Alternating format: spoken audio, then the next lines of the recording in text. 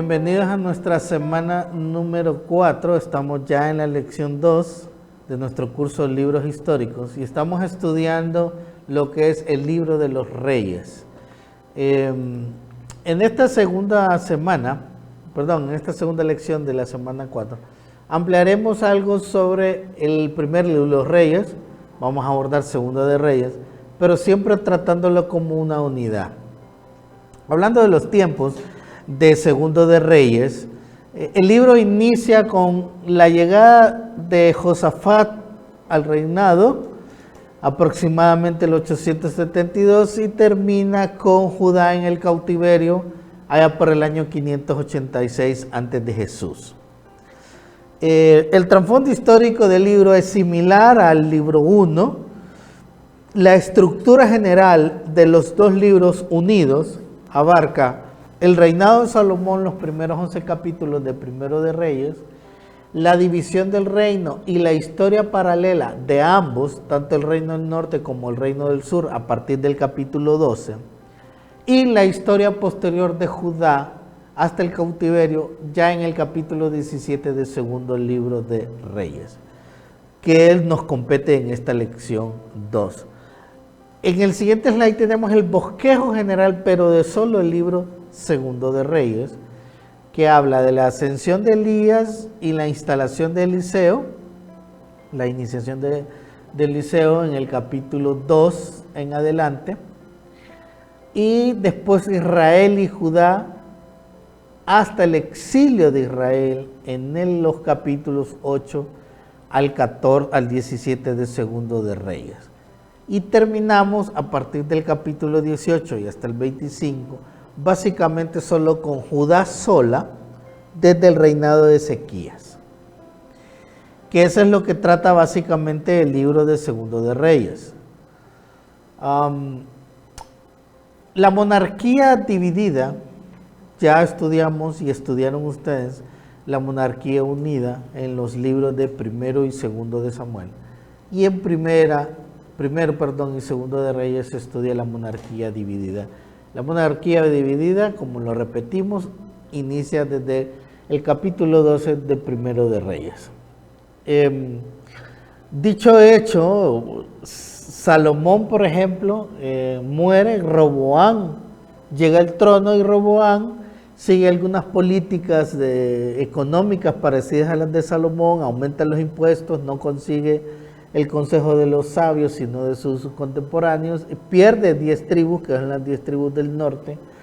Jeroboam, que había sido exiliado por Salomón a Egipto, regresa, asciende y lo proclaman y lo establecen como rey de Israel del norte, y a partir de ahí, en el año 933-934 de la era cristiana, pues todo el reino de Israel se divide en dos, en el norte y en el sur.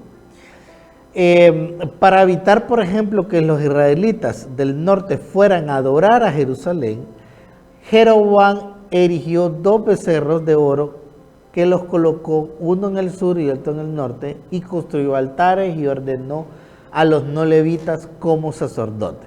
O sea, esto básicamente iba en contra de la ley mosaica, pero para evitar esa relación con Israel del sur, con Judá, pues el rey hizo eso. Claro, eso promovió la idolatría en el futuro.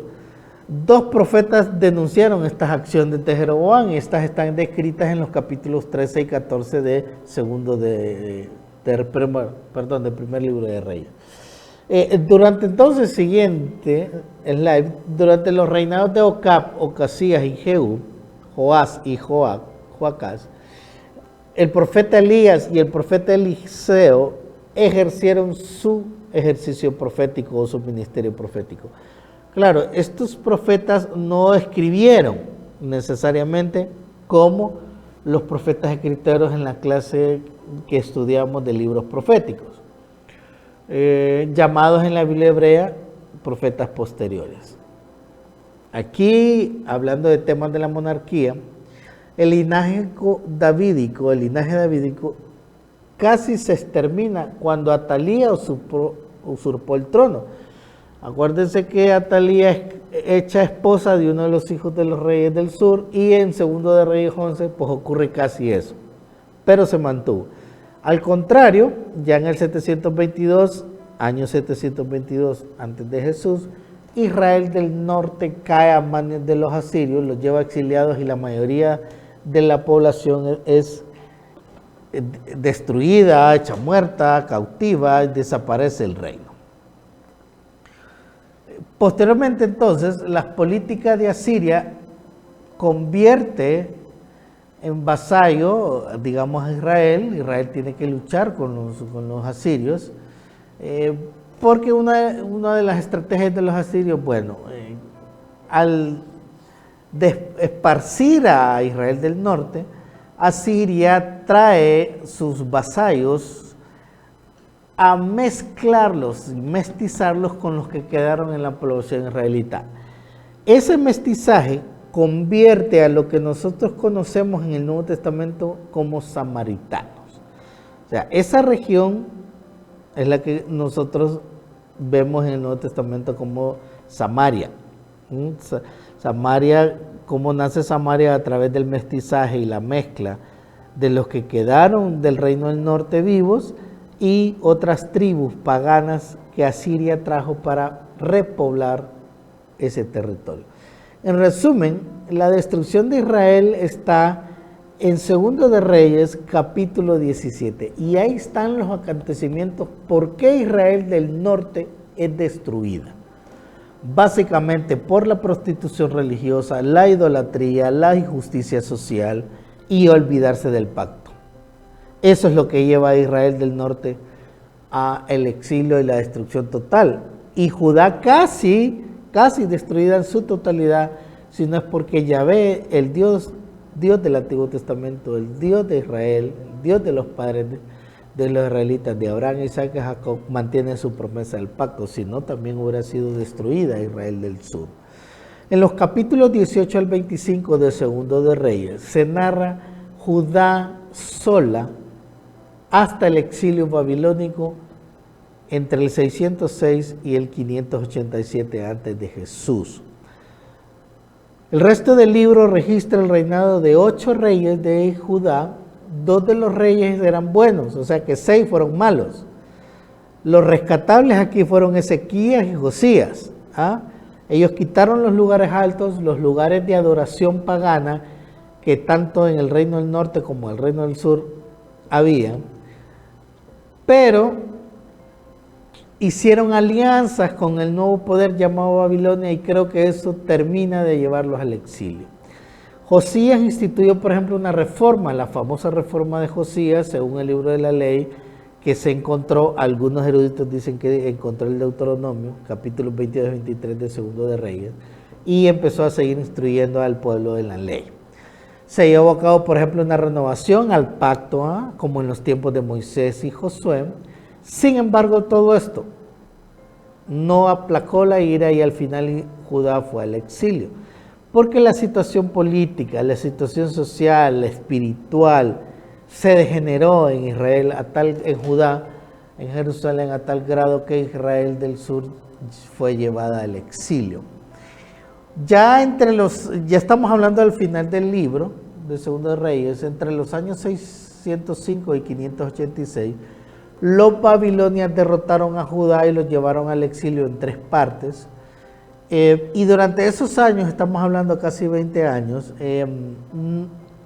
todavía estaba el templo, pero fue destruido por completo en el 586.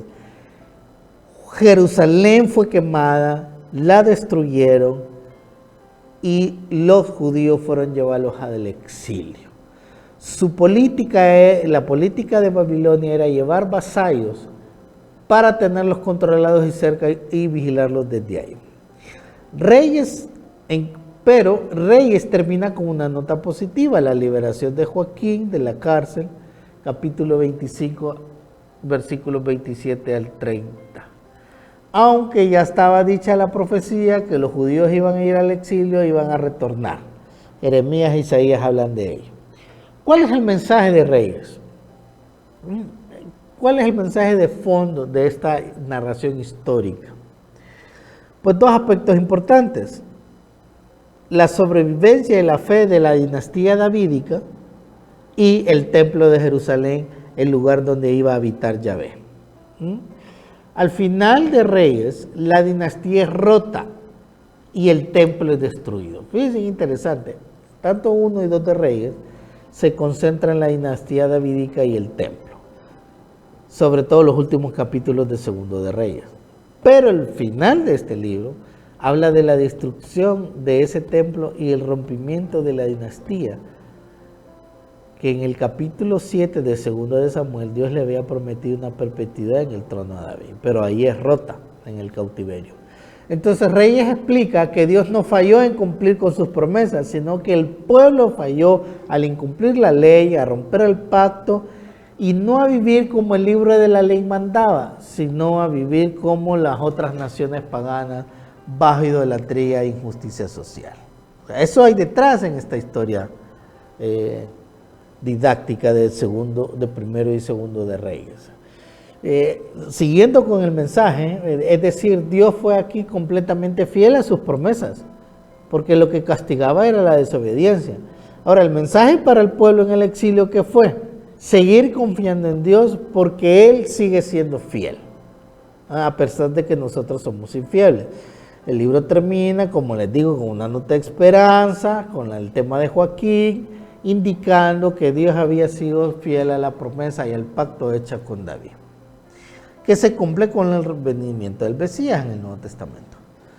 Ahora, el mensaje también, algunos elementos más en el mensaje de fondo, hablando exclusivamente de la narrativa profética o el ejercicio profético, porque es un tema bien interesante en Segunda de Reyes, final de Primer Reyes, principios de Segunda de Reyes, es el tema de Elías y Eliseo, que fueron fértiles, elementos fértiles para los escritos del Nuevo Testamento. De hecho, hay una relación entre estos dos profetas y el Nuevo Testamento y Jesús. Por ejemplo, hay paralelos entre Moisés y Elías. Una experiencia de 40 años o 40 días ayunando en el desierto, paralelas, historias paralelas, similitudes. También entre Elías y Juan el Bautista, vistieron de la misma forma, comieron lo mismo, anduvieron en el desierto, su ministerio lo ejercieron en el río Jordán, eligieron sucesores. Y Elías y Jesús, donde hay un paralelo cuando recibieron el Espíritu, restauraron la vista a los ciegos, sanaron leprosos, etc. Esos mensajes paralelos, hay una aplicación entre el Nuevo Testamento y el ejercicio profético de estos dos profetas. También el tema de la transfiguración, allá en los evangelios, donde aparece a Jesús la figura de Moisés y Elías, donde se reunieron con él. Entonces, son temas bien interesantes, importantes a profundizar en un futuro en el ejercicio profético de Elías y Eliseo.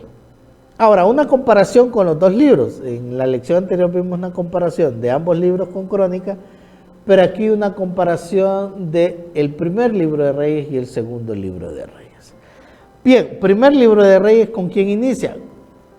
Con David. Está terminando su ejercicio monárquico. ¿Y cómo inicia Segundo de Reyes? ¿O cómo termina Segundo de Reyes? Termina con el rey en Babilonia. O sea, empieza ambas cronologías, ambos libros, toda esta historia didáctica, con la ascensión de David, pero termina con el rey en Babilonia. Inicia con la gloria de Salomón, pero abarca la vergüenza de Joaquín. O termina con la vergüenza de Joaquín. Empieza con la bendición de la desobediencia, pero termina con la maldición de la desobediencia. Comienza con la desconstrucción del templo y termina con la destrucción y incendiado el templo.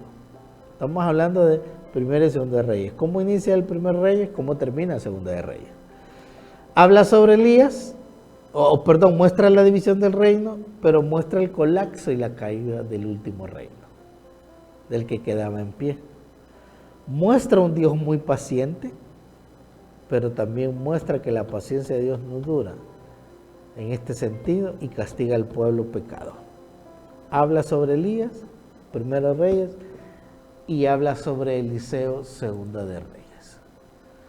Miremos algunos elementos importantes del ejercicio profético de Elías y Eliseo, que me parece que es un tema muy relevante, o nos parece un tema muy importante en segundo libro de Reyes, este ejercicio profético de ambos. Por ejemplo, Elías, la alimentación, alimentado por cuervos. Eliseo, el río Jordán es partido, por ejemplo.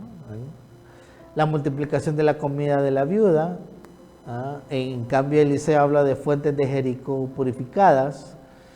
Elías habla del hijo de la viuda vuelto a la vida, de una resurrección. Habla del fuego en el cielo del Carmelo. Habla de 202 soldados consumidos por fuego. Del río Jordán partido, parecido, carros de fuego y un torbellino. De eso habla Elías. Eliseo, en cambio, del aceite de la viuda, el hijo de la tsunamita, vuelta a la vida. Hay muchas cosas similares entre el ejercicio profético de Elías y Eliseo. Por ejemplo, Naamán, el leproso, es exclusivo de Elías.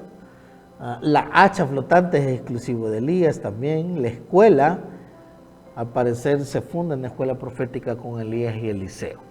O sea, le hereda el ejercicio profético de Elías y Eliseo, aunque no necesariamente los ministerios son heredados. En este caso en particular, sí.